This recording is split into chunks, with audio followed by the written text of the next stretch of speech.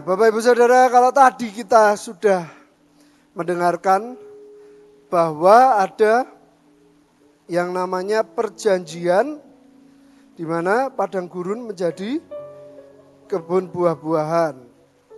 Kita akan lihat dulu sebentar di ayatnya. Ya, tadi di Yesaya 32 ayat 15. Sampai dicurahkan kepada kita roh dari atas, maka padang gurun akan menjadi kebun buah-buahan. Dan kebun buah-buahan itu akan dianggap hutan. Kapan? Kapan padang gurun menjadi kebun buah-buahan? Sampai dicurahkan kepada kita roh dari atas. Berarti sebelum roh itu dicurahkan, artinya kita pasti dan wajib dan harus mau tidak mau melewati yang namanya padang gurun. Boleh ditampilkan ayatnya? Ada beberapa hal yang perlu kita waspadai di dalam melewati padang gurun. Yang pertama adalah bahaya bersungut-sungut. Di Keluaran 16 ayat yang kedua sampai yang ketiga, ini mulai pertama kali bangsa Israel bersungut-sungut. Karena bangsa Israel waktu keluar dari Mesir, sebelum mereka bersungut-sungut, kalau kita baca, mereka itu baru aja selesai diselamatkan dari Firaun. Penyertaan Tuhan begitu nyata, tapi setelah nyanyian syukur Musa, bangsa Israel berterima kasih sama Tuhan, baru sebentar mereka langsung bersungut-sungut. Di padang gurun itu bersungut-sungutlah segenap jemaah Israel kepada Musa dan Harun. Dan berkata kepada mereka, kalau kami mati tadinya di tanah Mesir oleh tangan Tuhan ketika kami duduk menghadapi kuali berisi daging dan makan roti sampai kenyang. Sebab kamu membawa kami keluar ke padang gurun ini untuk membunuh seluruh jemaah dengan kelaparan. Kenapa bangsa Israel bersungut-sungut? Kalau di zaman sekarang kalau kita lihat dan kita pelajari, bangsa Israel melalui padang gurun. Sudah diselamatkan, sudah bersyukur, mereka berubah hatinya dengan sekejap. Karena apa? Karena waktu itu mereka belum betul-betul mengenal siapa Allahnya. Mereka belum betul-betul tahu, kenal, kita ini punya Allah yang sebegitu hebat dan luar biasanya. Kalau di zaman sekarang kita sangat bersyukur Bapak Ibu Saudara, kita sudah merasakan yang namanya penebusan. Kita sudah punya akses langsung dengan Tuhan. Tapi penyebab dari bersungut-sungutnya bangsa Israel itu perlu tetap kita waspadai. Walaupun kita sudah kenal sama Tuhan kita, tapi kita bisa bersungut-sungut kalau sikap hati kita transaksional. Transaksional itu seperti apa? Menuntut Tuhan. Waktu itu bangsa Israel memang tidak secara direct menuntut Tuhan ya, tapi mereka berkata bahwa ini gimana Musa, Harun, kami memang dikeluarkan, dibebaskan dari Mesir. Tapi kok rasanya masuk padang gurun sedemikian rupa mengerikan, kami kelaparan, apakah kami akan mati semua di sini? Tapi waktu Tuhan Yesus mati di kayu salib, kita punya akses dan kita kenal dan tahu persis bahwa apa? Kita mengerjakan segalanya seperti bangsa Israel, kita nurut, kita taat, tapi jangan sampai kita menuntut Tuhan. Betul kita diberi sama Tuhan visi, betul kita diberi sama Tuhan destiny. Tapi seringkali yang jadi apa? Kita mulai transaksional sama Tuhan. Tuhan, aku sudah melakukan, aku sudah melayani. Itu adalah bagian-bagian dari bersungut-sungut, Bapak Ibu Saudara. Hati-hati seperti bangsa Israel jadinya 40 tahun. Berbeda dengan Tuhan Yesus ya. Tuhan Yesus cuma 40 hari. Dan Tuhan Yesus itu genapi apa yang bangsa Israel tidak berhasil. Makanya dia lakukan, makanya dia puasa dan 40 hari genap. Bahaya Bapak Ibu Saudara ketika kita merasa bahwa Tuhan, aku sudah melayani Engkau. Apalagi, aku sudah melayani manusia, aku sudah melayani pemimpin. Apa yang aku dapat? Hal-hal kecil seperti itu di dalam hati itu yang menghambat kita semakin lama di dalam padang gurun. Yang berikutnya, yang kedua adalah berhala. Bangsa Israel, tantangan yang berikutnya adalah berhala. Karena apa? Munculnya berhala di dalam bangsa Israel karena ketidakpercayaan.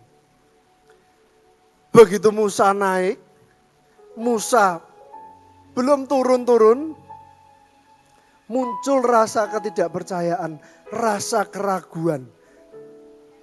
Setelah itu muncullah berhala. Keluaran 32 ayat yang pertama. Ketika bangsa itu melihat bahwa Musa mengundur-undurkan turun dari gunung itu, maka berkumpullah mereka mengerumuni Harun dan berkata kepadanya, mari buatlah untuk kami Allah yang akan berjalan di depan kami. Sebab Musa ini orang yang telah memimpin kami keluar dari tanah Mesir, kami tidak tahu apa yang telah terjadi dengan dia. Ada berhala pada zaman itu adalah sesuatu yang mereka pengen lihat. Mereka pengen bisa sentuh, mereka pengen bisa lihat. Tapi Bapak Ibu Saudara, kita akan buka ayat yang berbeda. Ini adalah berhala yang di zaman sekarang. Yang berikutnya, next. Ada di 2 Korintus 4 ayat yang ketiga sampai yang keempat. Jika Injil yang kami beritakan masih tertutup juga, maka ia tertutup untuk mereka yang akan binasa, yaitu orang-orang yang tidak percaya, yang pikirannya telah dibutakan oleh ilah zaman ini. Sehingga mereka tidak melihat cahaya Injil tentang kemuliaan Kristus yang adalah gambaran Allah. Jadi kita bisa lihat Bapak Ibu Saudara, pada zaman dahulu bangsa Israel begitu mereka tidak percaya, langsung mereka dibutakan. Dan ketika mereka dibutakan, mereka akan cari yang lain. Ini mana? Musa katanya pergi ke gunung, bertemu dengan Tuhan. Tuh, gak turun-turun. Kita gak tahu nih apa yang terjadi sama Musa. Akhirnya mereka dibutakan.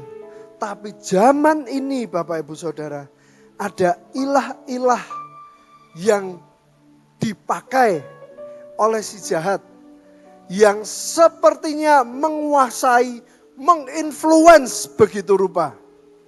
Kita akan lihat ada beberapa. Ada beberapa ilah, ada yang dari zaman ke zaman ada. Yang pertama adalah kebenaran diri kita sendiri, lalu mamon, lalu kekuasaan ataupun itu tahta ataupun itu kekuatan dalam pemerintahan, itu kekuasaan. Yang berikutnya adalah hawa nafsu. Yang terakhir adalah perasaan atau emosi. Perasaan atau emosi itu maksudnya ego. Apalagi amarah, asumsi, khawatir. Hal-hal itu bisa membutakan kita daripada kita melihat Tuhan kita. Dari zaman ke zaman ilah-ilah itu ada. Lalu ilah di zaman ini Bapak Ibu Saudara. Mereka masuk, mereka pakai influence-nya dengan sosial media, dengan entertainment, dengan teknologi, dengan pengajaran-pengajaran baru, ideologi-ideologi baru yang sepertinya, wah ini fresh dari manusia. Datangnya bukan dari Tuhan. Hal-hal itu yang menyesatkan dan hal-hal ini, kedua hal ini yang akan menahan kita terus berputar-putar berkeliling di padang gurun. Nah, terus sebenarnya ini kan waspada dan hal-hal yang menghalangi kita keluar dari padang gurun. Tapi hal-hal ini membutakan, tidak bisa membuat kita melihat bahwa sebenarnya Tuhan itu menyertai. Di padang gurun ada mana dari surga. Tuhan kirim burung puyuh, Tuhan kirim apa lagi? Tiang api, tiang awan. Tuhan belah laut. Tuhan beri air dari gunung batu. Hal-hal ini yang sebenarnya menutupi, menghalangi kita jadi berputar-putar terus. Nah lalu masuk ke yang berikutnya, bahwa kapan roh Tuhan dicurahkan. Waktunya itu kapan? Kan dikatakan tadi, roh Tuhan dicurahkan maka padang gurun menjadi buah-buahan. Nah, boleh ditampilkan 2 Korintus 4 ayat yang ke-7. 2 Korintus 4 ayat yang ke-7. Maaf ini sebagian soalnya belum dimasukkan ke PPT. Jadi tetapi harta ini kami punyai dalam bejana tanah liat, supaya nyata bahwa kekuatan yang melimpah-limpah itu berasal dari Allah, bukan dari diri kami. Sebelum Tuhan mencurahkan roh, dikatakan kita ini punya harta di dalam bejana tanah liat. Kapan Tuhan mencurahkan roh? Ketika bejana tanah liatmu sudah siap. Jadi selama kita bersungut-sungut, selama kita masih ditutupi dengan segala berhala ini, prosesmu, bejana tanah liatmu itu, biarkan itu dihancurkan lagi sama Tuhan. Biarkan itu diperbarui lagi, biarkan itu diperbesar lagi. Karena apa? Karena ketika waktunya tumbuh kebun buah-buahan itu, seberapa banyak bejanamu, seberapa besar bejanamu yang engkau pakai untuk menerima roh Tuhan itu akan engkau pakai juga untuk menuai setiap buah-buahan yang Tuhan sediakan. Amin. Kita lihat Bapak Ibu Saudara, Yohanes Pembaptis, bahkan Yohanes Pembaptis melalui padang gurun juga. Yohanes Pembaptis di Matius 3 ayat yang pertama.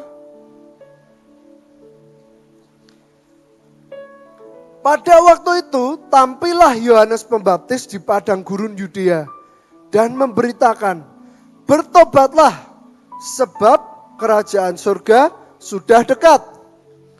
Sesungguhnya dialah yang dimaksudkan Nabi Yesaya ketika ia berkata, ada suara orang yang berseru-seru di padang gurun. Persiapkanlah jalan untuk Tuhan, luruskanlah jalan baginya. Yohanes memakai jubah bulu unta dan ikat pinggang kulit dan makanannya belalang dan madu hutan. Maka datanglah kepadanya penduduk dari Yerusalem, dari seluruh Yudea dan dari seluruh daerah sekitar Yordan. Lalu sambil mengaku dosanya mereka dibaptis oleh Yohanes di Sungai Yordan.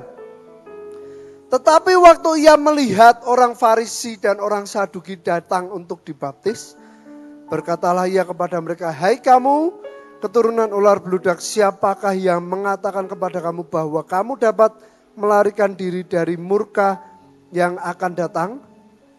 Ayat yang ke-8, jadi hasilkanlah buah yang sesuai dengan pertobatan. Hasilkanlah apa? Buah. Jadi setiap kali keluar dari padang gurun, hasilkan buah. Tapi buah itu tergantung pembentukan dan proses kita. Seberapa banyak buah yang akan kita tuai. Seberapa banyak buah yang akan hasilnya dinikmati oleh orang lain. Tergantung bagaimana proses kita di padang gurun. Bahkan Tuhan Yesus harus dicobai di padang gurun. Sebelum apa? Sebelum buahnya dinikmati oleh semua orang. Sebelum dia melayani, dia harus masuk ke padang gurun. Jadi perjanjian padang gurun menjadi buah-buahan. Pasti kita nikmati, pasti kita rasakan, bahkan kita bisa jadi berkat. Di sini ada ditulis love God, love people. Seperti Yohanes Pembaptis setelah dia selesai dari padang gurun. Love people. Dia lihat orang-orang. Dia berkata bahwa bertobat, kerajaan Allah sudah dekat. Dia mulai membaptis. Buahnya mulai dirasakan. Karena apa? Karena waktunya di padang gurun sudah selesai. Setelah Tuhan Yesus melewati 40 hari 40 malam. Tuhan Yesus pun setelah selesai, malaikat-malaikat Tuhan datang melayani. Setelah dia selesai, padahal Tuhan Yesus melalui waktu yang sangat panjang dari umur 12 tahun sampai umur sekitar 30 tahun untuk dia bisa melayani. Jadi Bapak Ibu Saudara, selesaikan padang gurun prosesnya supaya apa? Supaya ketika engkau keluar, engkau berbuah dan engkau menjadi berkat bagi sesama. Amin. Amin. Sekian saja dari saya. Silakan.